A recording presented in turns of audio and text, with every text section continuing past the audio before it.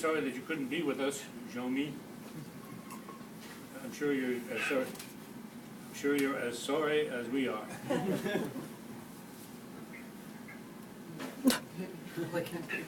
Yes.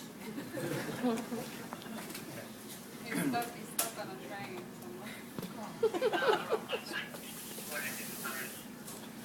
Pardon me?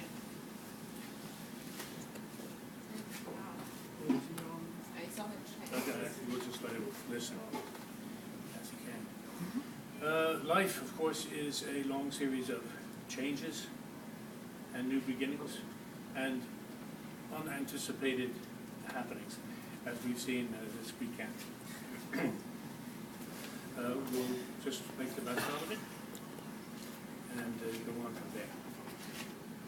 Yeah, I was with your beautiful mother in the hospital when you were born on a New Year's Eve during the day.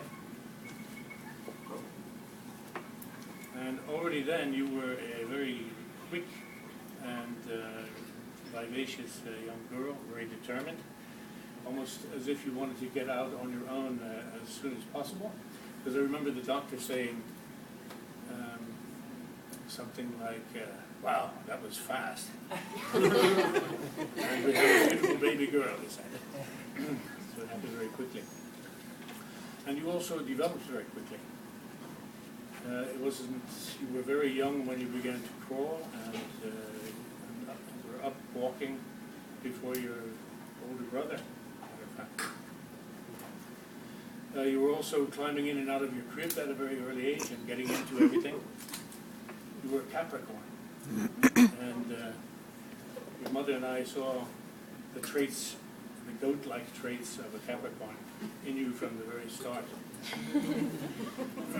Your mother can tell you the story of, she was on the phone in the living room. She may have been talking to Linda.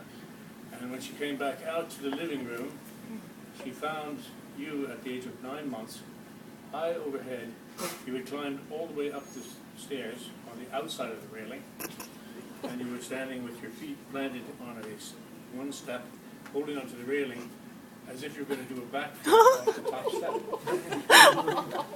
And your mother almost had a heart attack. But you were unafraid, smiling. So we've seen these stubborn goat-like tendencies, and I say stubborn in a good way, because you're very perseverant and you see your goals through completion. As a young girl, you were transplanted at 5 years old out of the United States to Norway. And you didn't know the language then, but you learned it very quickly. And I think Andreas and Camilla, who were your classmates, can confirm that you learned Norwegian perfectly in about 1 year. So when you were in junior high school, you decided to go on a language camp in France. A few years later, you came to the United States and spent a year with Jim and Linda Rocco to perfect your English in American high school. Then you studied in France, at Dijon University. You studied in Italy. You've taken courses in Germany, in Spain. You've gone swimming with sharks in Costa Rica. South Africa. You went bungee jumping in Costa Rica. What did you do in Costa Rica? Did you do anything in Costa Rica? Anyway, the world's been your playground, and you've studied and worked and learned all over the world. And we're very proud of you. Jean-Michel.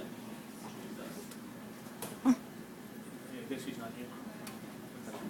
Anyway, the first time I met Jean-Michel was in Corsica when Tia and Jean-Michel came to Corsica on a vacation trip. And the first thing I was very impressed with was their hotel, which was about 10 times nicer than the one I was staying in. But not only that, I was very impressed by Jean-Michel's attitude toward me and Tia and people in general. He He's a very kind and considerate person, also very intelligent. And he has lots of interests, varied interests. He likes art and music and the martial arts. He has a lot of knowledge in his career, which is public health administration. And even landscaping. He's done landscaping work. We were also impressed when Jean-Michel came to Norway to visit us, that he was willing to get up early in the morning and come out and help me doing landscaping around the old house that we were restoring. And I was impressed because, unlike me, he knew what to do. And he wasn't opposed to working. I know from speaking with his parents that he's always been a hard-working person. So I should say a couple of words to Francis and Annie. Thank you very much for welcoming. Well, first of all, thank you for having Jean-Michel and bringing him into the world. And thank you for welcoming us to your home in Allauch.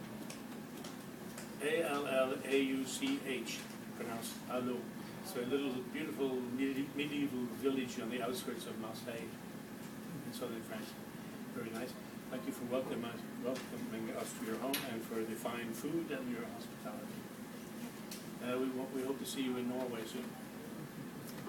And to Marina and Dion, whom we haven't known quite as long, so we hope to get to know you much better in the years to come, and wish you the best of success in your biology studies and in your endeavors in life.